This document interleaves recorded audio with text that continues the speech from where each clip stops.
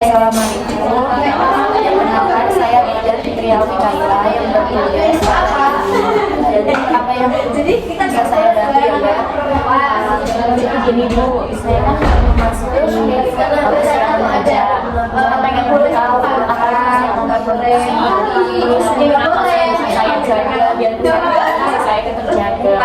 Kalau nggak jelaskan baik, langsung saja ya saya akan menjelaskan apa itu kesehatan reproduksi.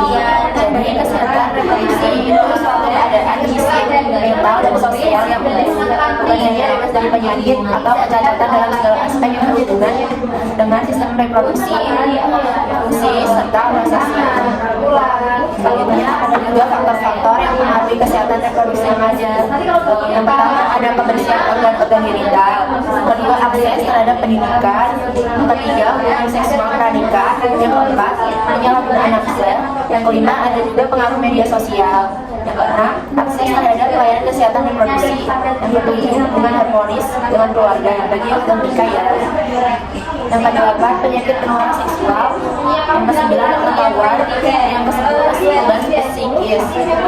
Kemudian selanjutnya ada resiko perilaku remaja pada saat ini. Pada sekarang itu kan marak-maraknya ambil di luar nikah ya, itu juga resiko yang dihadapi oleh remaja pada saat ini. Yang kedua ada penyakit penular seksual, PMS, HIV atau AIDS. Kemudian jenis-jenis penyakit yang menyerang reproduksi remaja itu yang pertama ada gonorrea. Jadi ini ada gambarnya ya Mbak, bisa dilihat Al-15. Yang kedua ada sifilis. Yang ketiga herpes genitalis. Yang keempat trichomoniasis. Yang kelima parvoviroid. Yang keenam chlamydia. Yang ketujuh kondoma acuminata genital warts. Kemudian selanjutnya pentingnya kita menjaga kebersihan dan kesehatan pribadi bagi remaja. Jadi kebersihan merupakan hal yang penting dalam pencegahan berbagai penyakit, infeksi, menjaga kesegaran dan keindahan tubuh. Menjaga kebersihan tubuh sangat penting bagi semua orang, terlebih pada remaja yang banyak aktivitas gerak dan olahraga. Itu seperti infeksi pencernaan, kemudian membersihkan tangan, kulit, kaki, kuku, dan alat kelamin. Selanjutnya, cara mencegah penyakit penular seksual itu Mbak bisa menghindari perbuatan-perbuatan yang berisiko untuk kehidupan Mbak ke depannya. Yang kedua, tidak melakukan hubungan seksual sebelum nikah. Kemudian yang ketiga, bagi remaja seperti Mbak yang sudah menikah harus ria. Artinya tidak melakukan hubungan seksual dengan orang lain yang ganti-gantian. Kemudian berani menolak ajakan yang berisiko tertular PMS atau HIV/AIDS. Kemudian Mbak pilih teman yang berakhlak baik. Gunakan masa remaja Mbak untuk hal yang berguna gitu. Sudah, apakah ada yang belum paham atau yang mungkin ditanyakan? Oh iya, jadi ada ya Bu, apa Ya. pengen lebih tahu dong apa sih itu kayak itu bisa jadi penyebab penyakit menular ya? Ya itu bisa. Jadi nanti saya akan memperlihatkan lebih lagi yang mengenai tentang HIV/AIDS ya Mbak. Jadi ini ya Mbak, gambar yang HIV/AIDS tadi yang sudah saya sampaikan. Langsung saja ya. Jadi apa sih itu HIV? AIDS. HIV yaitu jenis virus yang menyerang sistem kekebalan tubuh manusia dan dapat menimbulkan AIDS. HIV ini menyerang salah satu jenis dari sel-sel darah putih yang bertugas menangkal infeksi. Kemudian AIDS itu adalah singkatan dari Acquired Immunodeficiency Syndrome, yang berarti kumpulan gejala atau sindrom akibat menurunnya kekebalan tubuh yang disebabkan infeksi virus HIV. Yang selanjutnya, apa itu penyebab HIV/AIDS? Yaitu adalah infeksi oleh virus HIV yang menyerang sistem kekebalan tubuh sehingga sel-sel pertahanan tubuh makin lama makin banyak dirusak. Jadi penderita infeksi HIV ini menjadi sangat rentan terhadap semua bentuk infeksi. Pada tahap akhir penderita tidak bisa tahan terhadap kuman-kuman yang secara normal bisa dilawannya. Selanjutnya ada gejala awalnya, yaitu gejala penularan HIV/AIDS terjadi beberapa hari atau beberapa minggu setelah terinfeksi HIV. Gejala-gejala ini hanya berlangsung beberapa hari atau beberapa minggu saja, lalu bisa hilang dengan sendirinya. Seorang mungkin akan menjadi sakit dengan gejala-gejala seperti flu, seperti demam, rasa lemah dan lesu, sendi-sendi rasa nyeri, batuk, nyeri tenggorokan. Kemudian gejala lanjutannya itu seperti demam berkepanjangan, penurunan berat badan lebih dari 10% dalam waktu 3 hari, kelemahan tubuh yang mengganggu atau menurunkan aktivitas fisik sehari-hari. Kemudian membengkakan kelenjar di leher, lipat paha dan ketiak, diare atau mencret terus-menerus tanpa sebab yang jelas. Batuk dan sesak nafas lebih dari 1 bulan secara terus-menerus tanpa kulit gatal dan bercak-bercak merah kebiruan. Kemudian gejala akhirnya itu pada umum penderita AIDS akan meninggal dunia sekitar 2 tahun setelah gejala AIDS ini muncul ya Mbak. Gejala AIDS yang timbul itu seperti radang paru, radang saluran pencernaan, radang karena jamur di mulut dan kerongkongan, kanker kulit, TBC, gangguan susunan saraf atau neurologis.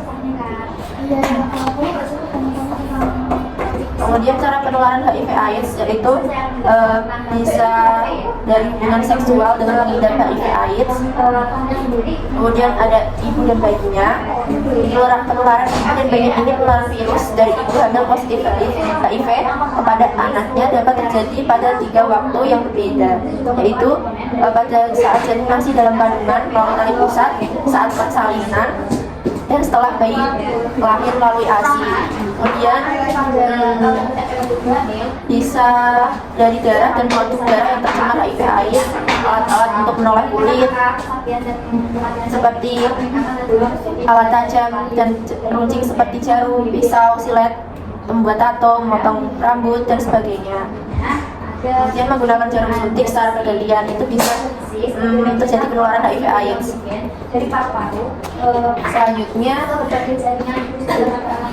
HIV tidak menular itu bisa melalui air mata, keringat, air liur atau ludah, air kencing, kemudian perawatan makanan bersama seperti piring, sendok, gelas dan lain-lain.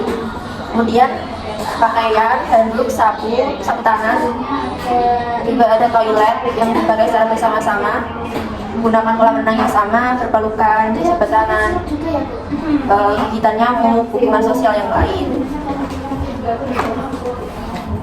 Cara pencegah dengan prinsip ABCD yaitu A yang abstinence merupakan suatu upaya untuk tidak melakukan hubungan seksual terutama bagi orang yang belum menikah.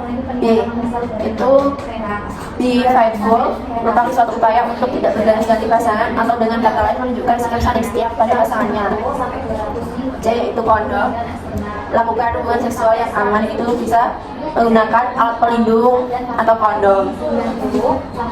Yang D, don't shrink atau don't inject, itu jangan memakai jarum suntik atau alat yang menembus kulit secara bergantian dengan orang lain. Yang E, safe equipment, yaitu hindari pemakaian alat atau bahan tidak steril. Selanjutnya ada obat-obatan, yaitu obat antiretroviral. Itu adalah beberapa obat yang digunakan untuk mengobati infeksi HIV. Obat-obatan ini tidak membunuh virus, tapi memperlambat pertumbuhan virus. Kemudian ada NNRTI, itu jenis ARV. Ini akan bekerja dengan menghilangkan protein yang dibutuhkan virus HIV untuk menggagalkan diri. Kemudian juga ada NRTI, golongan ARV ini menghambat perkembangan HIV dalam sel tubuh. Yang protease inhibitors, itu ARV ini akan menghilangkan protase, jenis protein yang juga dibutuhkan HIV untuk perbanyak diri. Kemudian integrase inhibitors, jenis ARV ini akan menghilangkan integrase protein yang digunakan HIV untuk memasukkan materi genetika ke dalam sel-sel JD4. Jadi ini masih ada banyak lagi. Cuma itu saja yang bisa saya sampaikan. Kemudian yang selanjutnya, cara pencegahan dan penanggulangan HIV/AIDS di lingkungan sekolah atau kampus. Itu bisa dilakukan dengan jangan menggunakan jarum bergantian, perhatikan luka yang terbuka, terutama jika luka terbuka akan bersentuhan atau terkena kontak dengan pasien HIV, karena virus tersebut bisa menular melalui luka yang terbuka. Kemudian melakukan vaksin. Selanjutnya juga bisa melakukan pre-exposure prophylaxis. Bisa juga menghindari atau jauhi seks bebas.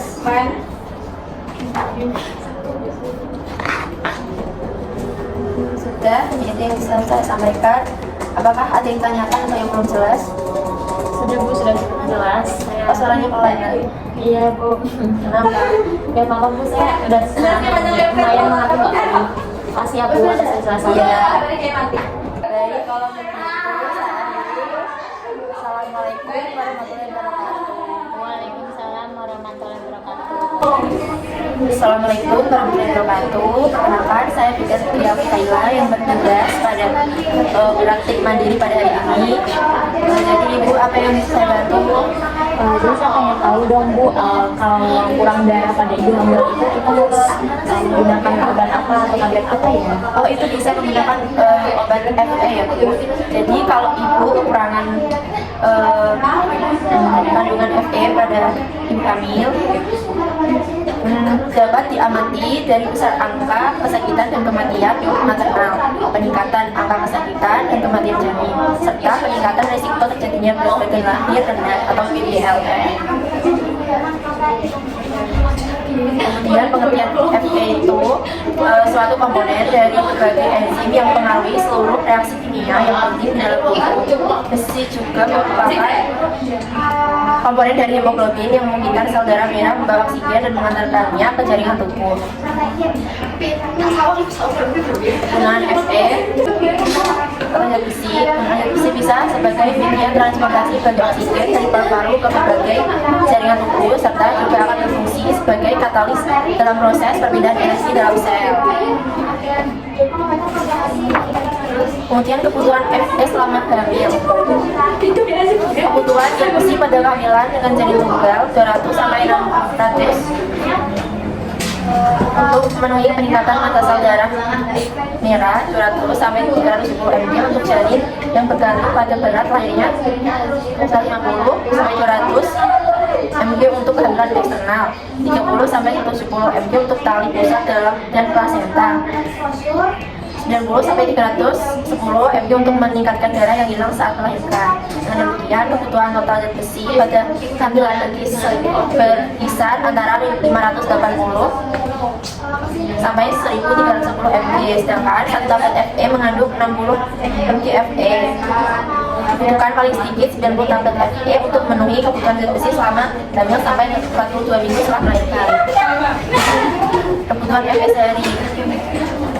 Jadi ibu hamil memerlukan rata-rata 3,5 sampai 4 mg zat besi per hari.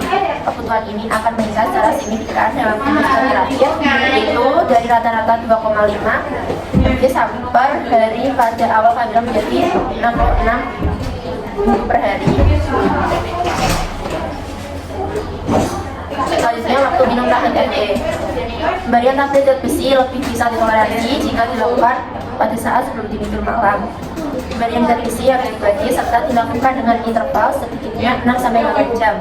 Dan kemudian interval ini ditingkatkan hingga 12 atau 24 jam jika timbul efek samping. Ini diminum dengan air putih atau air jeruk yang mengandung vitamin C untuk mempermudah penyerapan.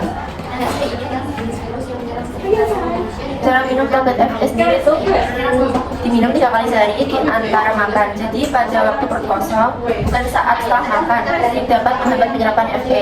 Asam lambung dan asam ascorbat membantu penyerapan FE, sehingga minum FE bisa diiringi dengan minuman jarum. Sedangkan teh harus dihindari karena menghambat penyerapan. Pengobatan ini diberikan setidaknya selama 6 bulan sampai cadangan FE kembali.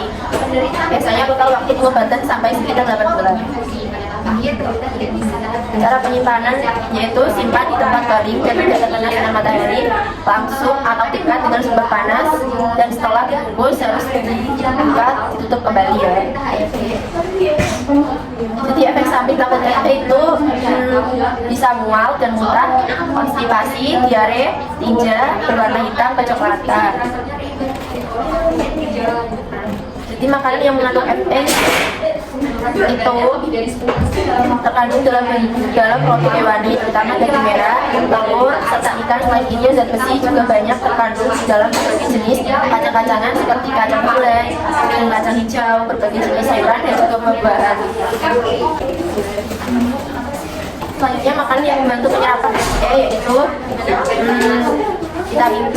Asam vitamin C dapat mencegah anemia, berperan dalam pembentukan kolagen interseluler dan proses penyembuhan luka. Selain itu, membangun kekuatan plasenta ibu hamil membutuhkan vitamin C sebanyak 70 mg. Kemudian vitamin B12. Vitamin B12 ini penting sekali bagi pertumbuhan, perkembangan normal RBC dan keberfungsian sel-sel tulang, persarafan dan saluran cerna. Selanjutnya makanan yang menghambat penyerapan FE itu kopi, teh, garam, kalsium, magnesium, dan vitamin dapat mengikat FE sehingga mengurangi jumlah serapan. Itu yang sudah saya sampaikan. Apa ada yang belum paham atau kurang mengerti? Sudah Bu, saya sudah paham. Terima kasih ya Bu untuk penjelasannya, saya sangat mengerti. Iya. Terima kasih. Assalamualaikum warahmatullahi wabarakatuh.